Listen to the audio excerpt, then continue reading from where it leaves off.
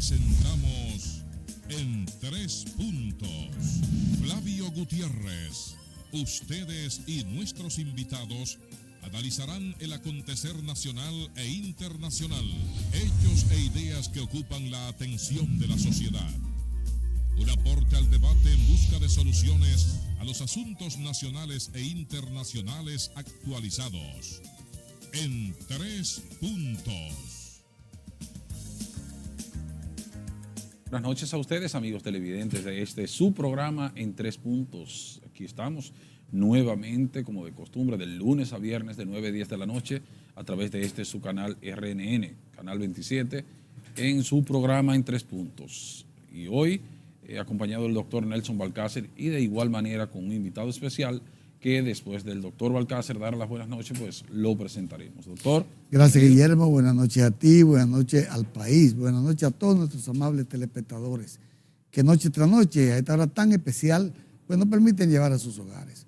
Hoy, como usted ha dicho, con un invitado muy especial, con noticias muy fidedignas, noticias muy concretas que los dominicanos debemos conocer. Pero primero que nada le vamos a dar a usted la oportunidad de que usted presente nuestro invitado de esta noche viernes. Bien, contamos con la grata presencia del profesor Inocencio García Javier, quien es el titular de la Secretaría de Asuntos Haitianos de la Fuerza del Pueblo. Una persona con quien hemos tenido el gusto ya de compartir en otros momentos con él. Y hoy, que es un día, o en este momento, que es diríamos, propicio para abordar el tema haitiano, fruto de la situación convulsa que está viviendo el hermano país, y vamos a ver cómo abordamos el tema con un experto en la materia, con un conocedor. Buenas noches, profesor, bienvenido nuevamente, esta es su casa. Buenas noches, muchas gracias. Muchas gracias por la invitación. Así es, vamos de inmediato a empezar, maestro, entrar en materia. Hemos visto recientemente una situación, diríamos, que ha tocado fondo ya, o se ha desbordado ya la situación de inseguridad del hermano pueblo haitiano. Un asunto que al parecer ya es incontrolable y cada día más vemos agudizándose la crisis en un estado que muchos le llaman fallido, y quisiéramos ver de parte suya cómo pudiéramos analizar la situación actual del hermano pueblo haitiano. Bueno, tal como usted ha dicho, Guillermo, ya, Haití no es ahora que tocó fondo. Haití tocó fondo prácticamente ya cuando ocurrió el magnicidio del 7 de julio del año pasado, cuando asesinaron al expresidente Jovenel Moïse, ¿no? Ese acontecimiento produjo una aceleración de la crisis estructural, no coyuntural, que tiene Haití desde hace ya décadas. Estamos hablando de que Haití realmente no ha tenido estabilidad política con algún interregno de los gobiernos del presidente René Preval y de manera también muy relativa del presidente Michel Martelly, ¿no? El músico. Estamos hablando de que si partimos de la Constitución del 29 de marzo de 1987, Haití tiene ya 35 años de inestabilidad, ¿no? Es decir, tiene 3 décadas y media de inestabilidad política e institucional. ¿A partir de qué momento se dio esto, del derrocamiento de los Duvalier? ¿Algo así fue? Sí, claro. Es decir, se cae la dictadura de los Duvalier, ¿no? Prácticamente la dictadura dinastía, porque el padre en el 71 le entrega el poder a su hijo, que tenía 19 años, Jean-Claude Duvalier, en ese momento. Y esa dictadura, que empezó en 1957, terminó en febrero de 1986. Y entonces ya ese 29 de marzo, Haití se da una nueva constitución, que es una constitución muy compleja, ¿no? En el sentido de que el régimen político constitucional haitiano es un sistema híbrido, es decir, que es semiparlamentario y semipresidencial, y donde es una especie de gobierno bicéfalo, porque tiene a un jefe de Estado, que es el presidente de la República, y a un primer ministro, que es el jefe de la administración pública. Es el que forma gobierno. El operativo. Exacto, pero resulta que para que ese primer ministro empiece a ejecutar su programa, necesita primero, entre el Senado y el Poder Ejecutivo, con una terna de 3 que le somete el Poder Ejecutivo, entonces entre ambos escogen entre esos 3, a un primer ministro, pero luego ese primer ministro tiene que someter un programa de gobierno ante el Parlamento. Entonces, en la arquitectura constitucional haitiana, ese régimen le atribuye un rol muy importante al Parlamento, porque es el que nombra al primer ministro, ese es ante él que hay que someter. Entonces, bueno, Haití tiene un sistema muy complejo para sus niveles de desarrollo. Es decir, en Francia, donde hay un régimen parlamentario, esa cohabitación es complicada. Imaginemos entonces en Haití, donde las instituciones históricamente han sido débiles. Pero el hecho es que nosotros estamos ante una situación ya totalmente que tocó fondo, y tocó fondo porque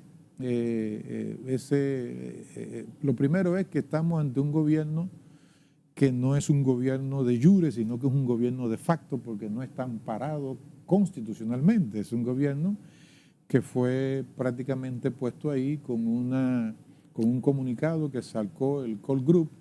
El Call Group es un grupo de diplomáticos encabezado por Estados Unidos, Francia, Canadá, España, los 2 representantes de secretarios generales de la OEA y de ONU, y en este caso también está un país latinoamericano que es Brasil. Y bueno, instó a que formase gobierno, y después del magnicidio, y qué sé yo, como a los 2 o 3 días ya el primer ministro Ariel Henry estaba constituyendo gobierno, pero ese es un gobierno de facto porque no ha sido ratificado, primero no ha sido propuesto por ningún presidente. Voy a llamarlo un gobierno provisional. Es un gobierno provisional que lo que debió ya es, en poco tiempo, crear las condiciones para que se produjese un proceso electoral, organizar las elecciones, constituir el Consejo Electoral Provisional, y que entonces Haití entrase en un proceso, aunque sea mínimo, de normalidad institucional y constitucional, ¿no? Entonces, como eso no ha ocurrido, ese país, con las 200 pandillas que tienen el dominio del territorio en más de un 60%, bueno, pues ese gobierno lo que está es ahondando al no obtemperar inclusive al acuerdo del Hotel Montana del 11 de septiembre del año pasado, que más o menos definió una hoja de ruta precisamente para la salida de la grave crisis por la que está pasando Haití. El hecho es que el primer ministro, según dicen las mismas autoridades haitianas y dicen los medios impresos y digitales haitianos, es un primer ministro que ha dado la callada por respuesta, mientras el país y esa población se desangra, ¿no? Entonces nosotros estamos ante un escenario totalmente distinto.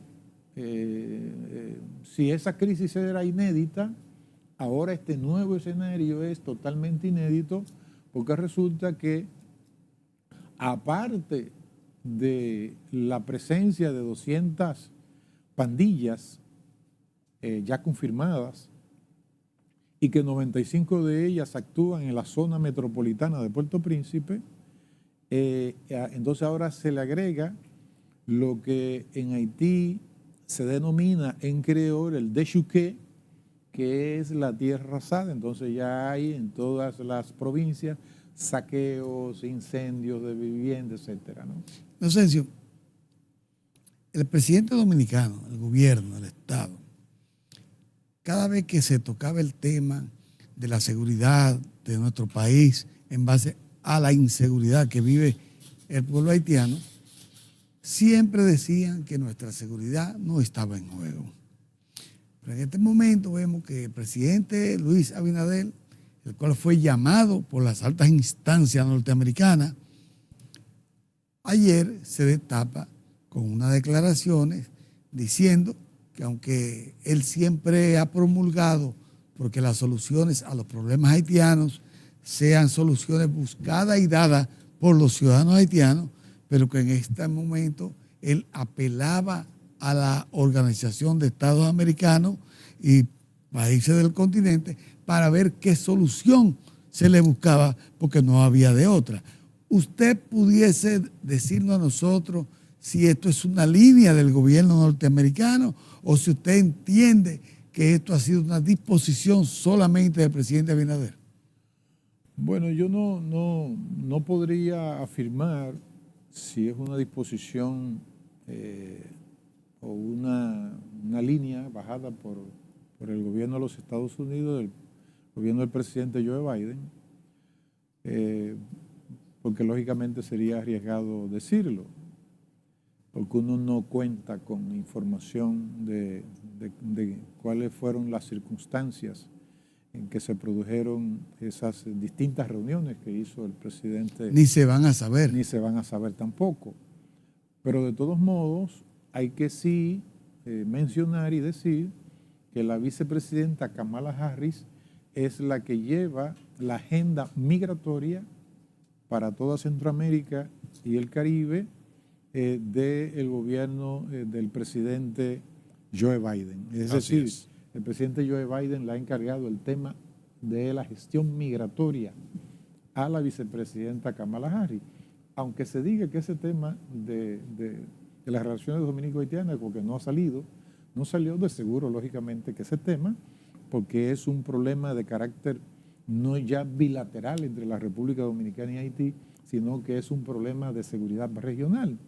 Entonces, bueno, desde la Fuerza del Pueblo nosotros vimos inclusive lo vio nuestro líder, el presidente Leonel Fernández, con simpatía de que en noviembre del año pasado el presidente Luis Abinader convocara a los partidos políticos, ¿no? Y vimos bien la medida, se vimos bien inclusive determinadas, es decir, un conjunto de medidas que el presidente Luis Abinader estaba anunciando. Y vimos también en primera etapa una buena intención. Ahora bien, ¿qué es lo que está pasando? Lo que está pasando es que vemos que ahora el desborde inmigratorio es mayor. O sea, prácticamente hay un desorden, ¿no? Profesor, con la anuencia suya podemos continuar. Sí. Tenemos unos compromisos comerciales y en breve vamos a retornar con el profesor Inocencio García, quien es un experto en los asuntos haitianos. Adelante, señor director.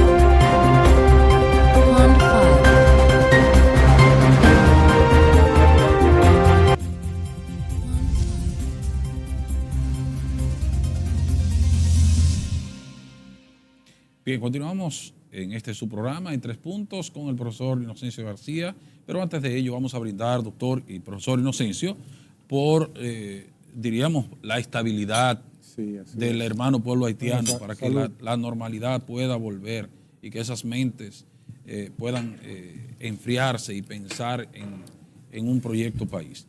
Pero con los sabrosos jugos ricas, que es una marca país, toda una tradición en la República Dominicana, con una gran variedad de productos donde la calidad es lo primero y de igual manera el servicio al cliente. Ahí hay una gran variedad de productos del jugo rica, también tenemos el agua de coco, tenemos también las compotas, tenemos yogur, toda una variedad de productos para satisfacer las necesidades de los clientes. Profesor Inocencio, antes de ello, no sé si el señor director podríamos tener lista ya una fotografía del lamentable deceso en la provincia de Santiago Rodríguez, específicamente en el municipio cabecera San Ignacio de Sabaneta, de una persona que jugó un papel protagónico desde el punto de vista de la honestidad, de la entrega a las causas más necesitada de la provincia, una persona solidaria en todo el sentido de la palabra, además de su humildad, la seriedad. Nos referimos al señor José Blas Durán, quien falleció la madrugada del día de hoy, aquejado de serios quebrantos de salud que venía padeciendo en los últimos días. De manera que nuestras más sentidas condolencias a los familiares de José Blas Durán en el municipio de San Ignacio de Sabaneta, la provincia de Santiago Rodríguez, y a todos sus allegados. Paz a sus restos y conformidad a sus familiares. Doctor, sí. Vamos a continuar con el profesor y el tema. La pregunta era, Inocencio, el problema haitiano que nos afectará en un momento determinado a nosotros, ya hoy se vio en la frontera,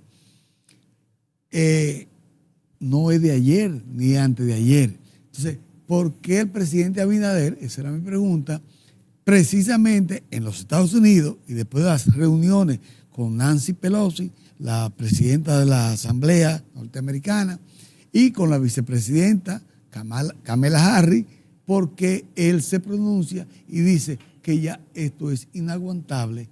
Eso es lo que nos da a nosotros a entender. No es una orden, diga esto, pero es como que dice, ya nosotros vamos a resolver esto y es necesario que el gobierno dominicano se pronuncie. Esa es nuestra creencia. ¿Usted cómo en realidad lo ve? Bueno, el hecho de que un jefe de Estado, lo hizo el presidente Fernández permanentemente en los organismos multilaterales, ¿no? OEA, ONU, fundamentalmente en la ONU, en el marco de las asambleas generales. Es decir, el hecho de que se pronuncie es positivo. Lo único que hay que tener cuidado con el lenguaje diplomático que se utiliza, porque tú estás en un foro internacional y tú le estás hablando prácticamente al mundo, le estás hablando, ¿no? Entonces, bueno, con todo el respeto, yo creo que el presidente Luis Abinader, en el marco del discurso que pronunció ayer ante el Consejo Permanente de Seguridad de la OEA, a mi modo de ver, ¿no? Yo lo digo con mucho respeto, no debió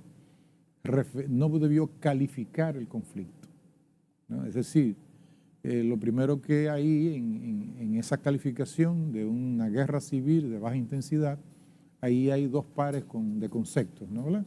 Está el de guerra civil por un lado y el otro calificativo de baja intensidad. Bueno, yo he dicho en varias ocasiones que en Haití técnicamente hay una guerra civil, porque hay enfrentamiento de las pandillas, ¿no? Es decir, que se puede considerar como organizaciones paramilitares contra el gobierno, ¿no? Contra las pocas autoridades que hay policiales y militares.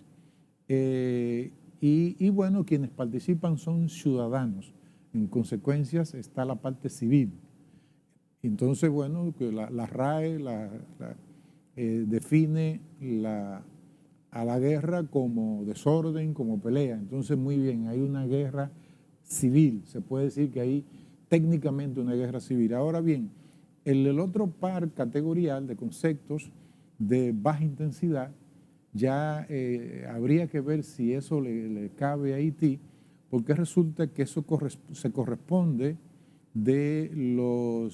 a principios de la década del 80, inclusive ya se le llamó la doctrina Reagan, que es los conflictos de baja intensidad en el marco de la conceptualización que se manejó a nivel anglosajón, es cuando hay acciones de contrainsurgencia.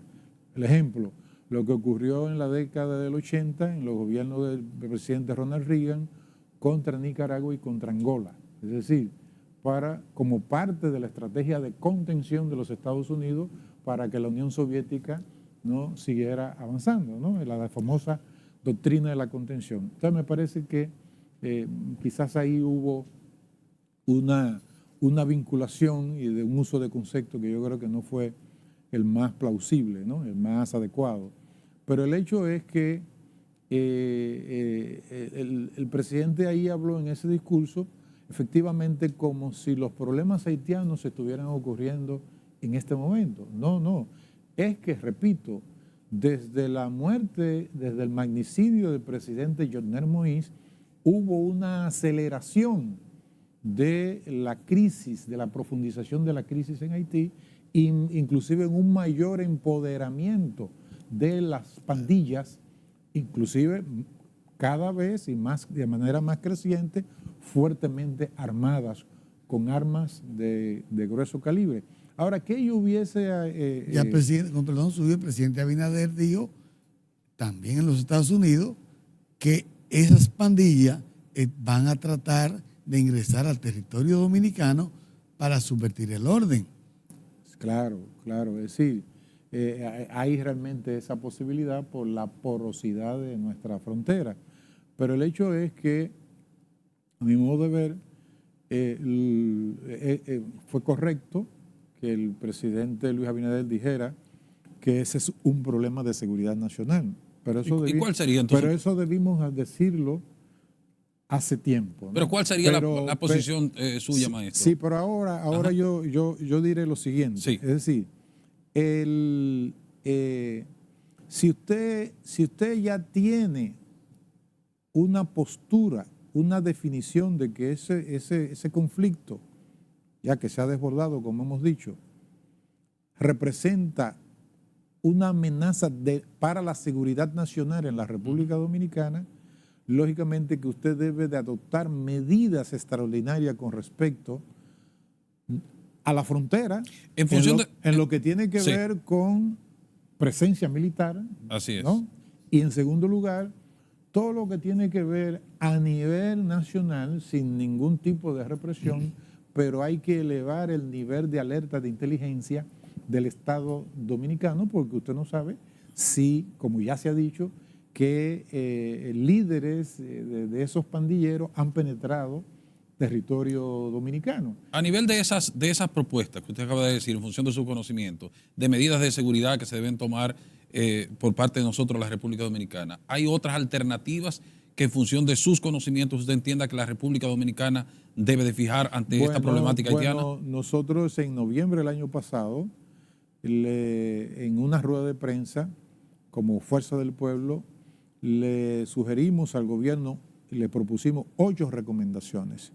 Y entre esas 8 recomendaciones fue que encaminase el gobierno, porque esta es una dimensión de los pasos que el gobierno debe dar, y es en el ámbito diplomático, y por eso dijimos que le propusimos al presidente Luis Abinader, al gobierno, en esas 8 recomendaciones, que encaminase paso para que aprovechase la presencia de la presidencia pro tempore de México para que la crisis haitiana, es decir, estamos hablando de noviembre del año pasado y ahora estamos en septiembre, pudiese entrar en la agenda del Consejo de Seguridad. Entonces, lo adoptado el 15 de julio por parte del Consejo de Seguridad le da a la Fuerza del Pueblo la razón cuando dijimos que el gobierno encaminase pasos diplomáticos a través de nuestra representación ante Naciones Unidas para que a través de México se pudiese poner el tema de la crisis Haití en el Consejo de Seguridad. Y bueno, lo que ocurrió fue que, aunque limitado, pero fue una medida de todos modos de extensión hasta julio del año 2023, una medida muy limitada porque es alrededor de 45 asesores policiales y lamentablemente, aunque se menciona ahí, no, es decir, el Consejo de Seguridad no se pudo poner de acuerdo en lo que tiene que ver en operacionalizar medidas de desarme de esas pandillas, de las 200 pandillas que están operando en Haití. Bien, profesor, con la nuestra suya, vámonos a nuestra siguiente pausa comercial y en breve retornamos nuevamente con el profesor Inocencio García tratando los asuntos de la crisis del hermano pueblo haitiano.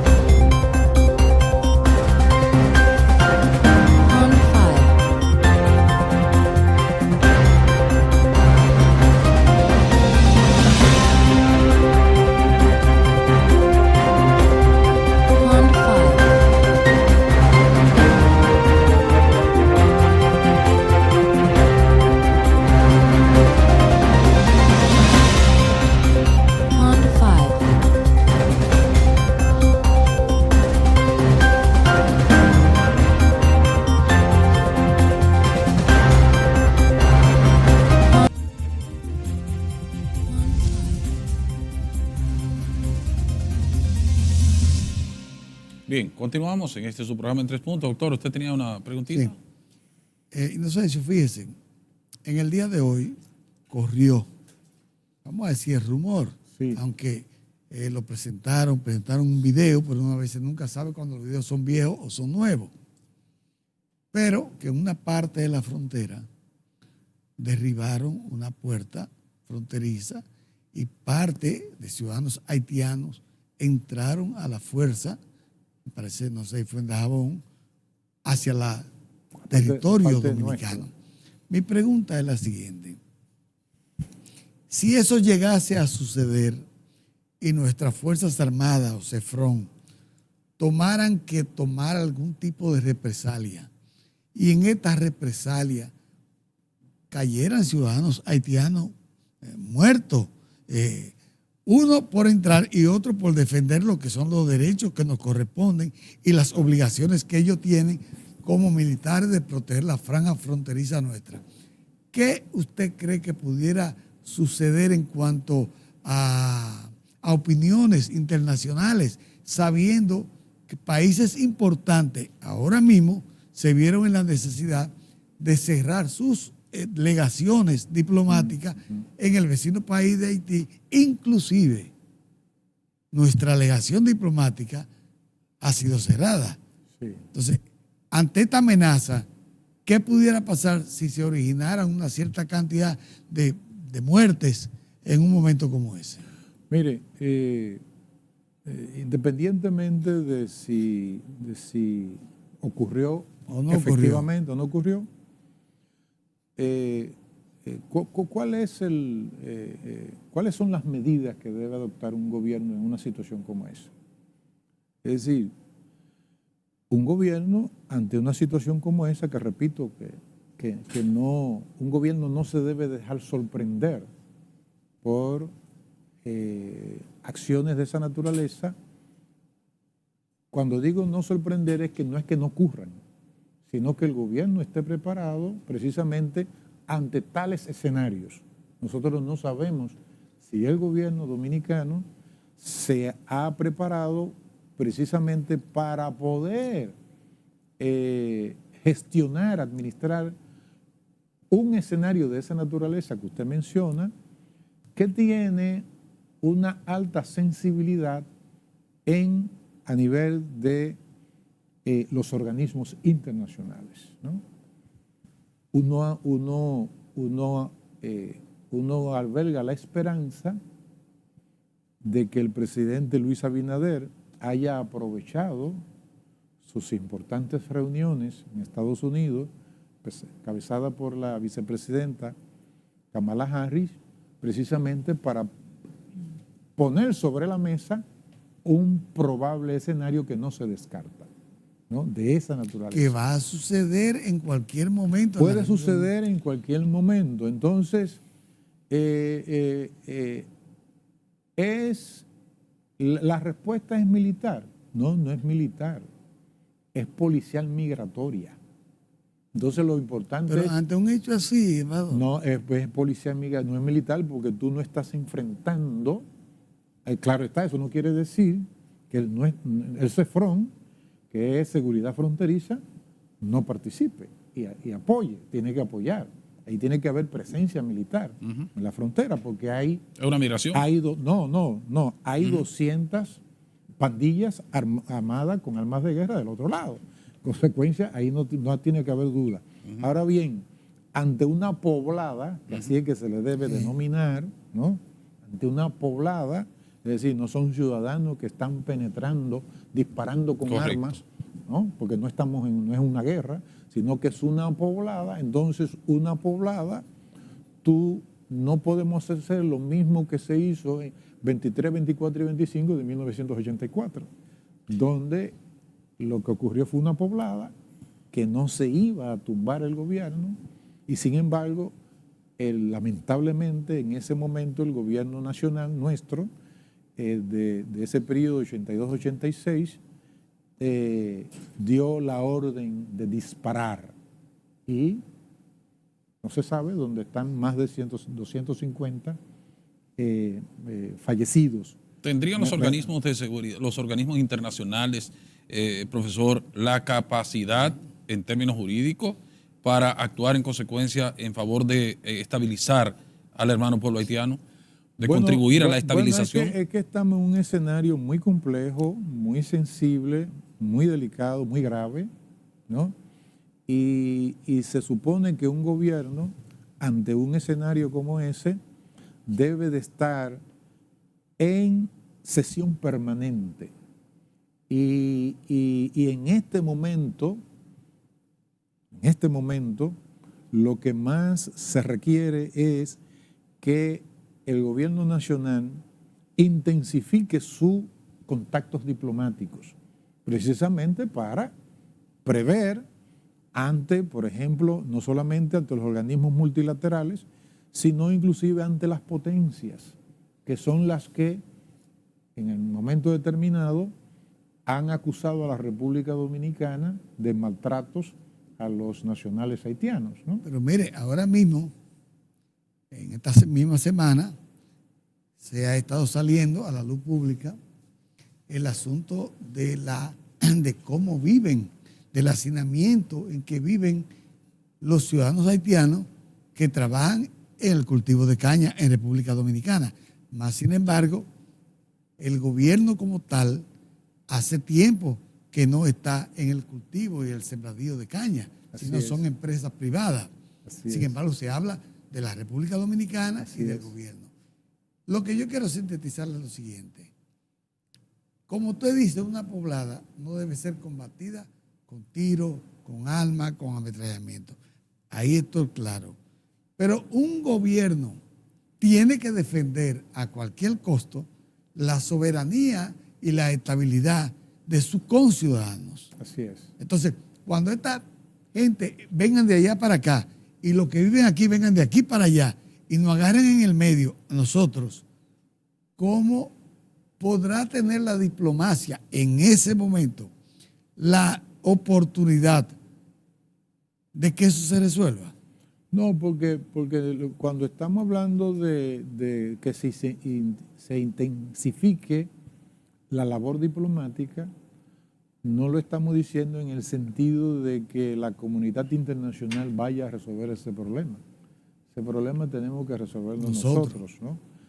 Ahora bien, tiene que ser también con la ayuda de la comunidad internacional, ¿no? En el sentido de que nosotros solos no podemos echarnos encima, porque resulta que la población haitiana está ya en todo el territorio nacional, ¿no? Así es. Entonces a lo que me refiero es que en este momento requiere, como por ejemplo esa visita del jefe del Estado a Estados Unidos, en las reuniones que ya hemos mencionado con la vicepresidenta de Estados Unidos, Kamala Harris, es una labor de carácter diplomático, ¿no? Y entonces eso no se puede quedar, lo que quiero enfatizar es que eso no se debe quedar en un discurso público ante, en este caso, el Consejo Permanente de Seguridad de la OEA.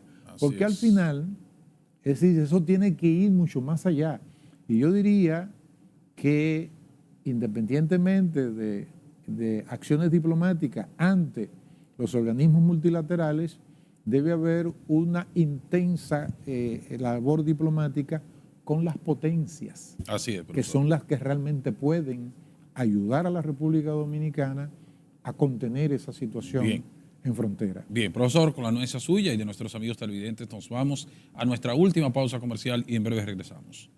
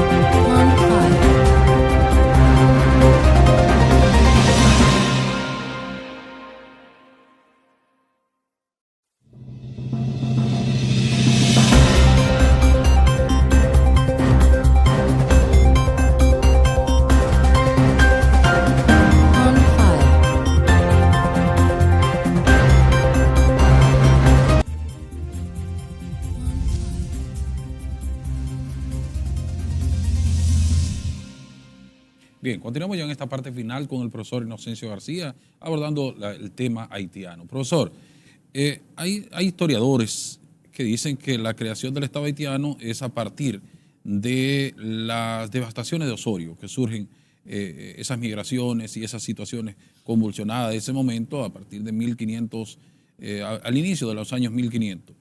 Y que a partir de ahí pues ya se dan una serie de situaciones que provocan esta situación. En un momento el Santo Domingo Oriental, como se le llama, el Santo Domingo Español, o el Santo Domingo Francés, como se le conocía, la parte oeste de la isla y la parte este, lo que somos nosotros hoy en día. Y de igual forma también existió un momento donde la parte oeste de la isla, lo que es hoy Haití, era diríamos, el lugar, la meca del Caribe en ese momento, donde el nivel económico era superior al nuestro. Al ello estar en esa posición económica en ese momento significativa y compararla con la situación de hoy en día, ¿qué usted entiende que ha provocado esta situación de debacle económico del hermano pueblo haitiano? Y de igual manera los bajos índices de desarrollo humano. Bueno, hay que decir que cuando se producen las devastaciones de Osorio, que fue por la pobreza española, ¿no?, de la corona española, 1605, 1606, ocurren esas devastaciones, entonces se queda esa parte occidental de la isla desguarnecida, o sea, sin ningún tipo de control.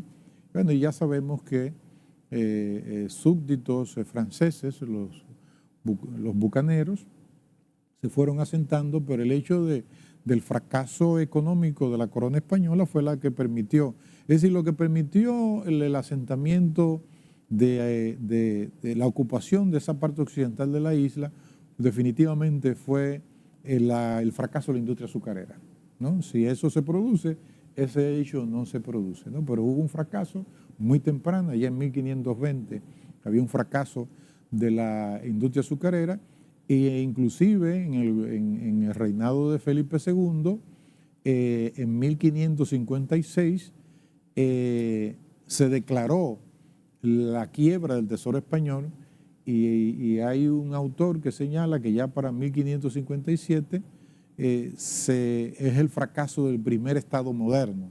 Pero bueno, eso yo creo que bien que lo mencionemos, pero de todos modos, cuando se hablaba de esa parte occidental no estábamos hablando de Haití. Así es. Estábamos hablando de la plantación de Francia, que explotaba mediante trabajo esclavo esa parte occidental de la isla con trabajo esclavo traído de África, ¿no? Es decir, por eso todavía no era Haití. Haití se constituye a partir de formalmente 1800. el 1 de enero de 1804. Así ¿no? es. Con Dessalines a la cabeza. Sí, exactamente, el padre de la patria haitiana. Entonces, bueno, usted me pregunta, porque cómo hay muchos factores. El primer factor es que después de la independencia de Haití, Haití tuvo que pagarle a Francia las reparaciones de la revolución, ¿no?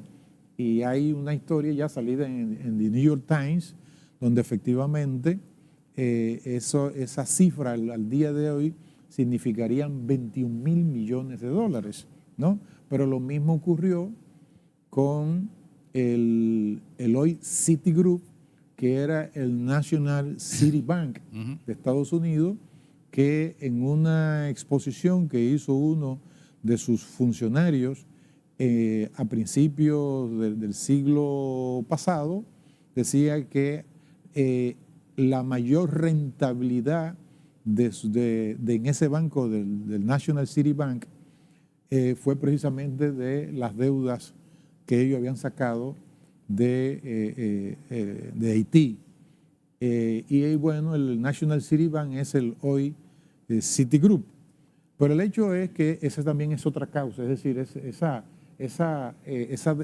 esa reparación de la guerra revolucionaria, anticolonialista, antiesclavista de los haitianos en contra de la metrópoli francesa, es parte precisamente de esa pobreza. Pero a la vez hay otra causa que yo creo que que no debemos dejar de tomar en cuenta, y es el hecho de que esa revolución contenía también a la vez una contrarrevolución.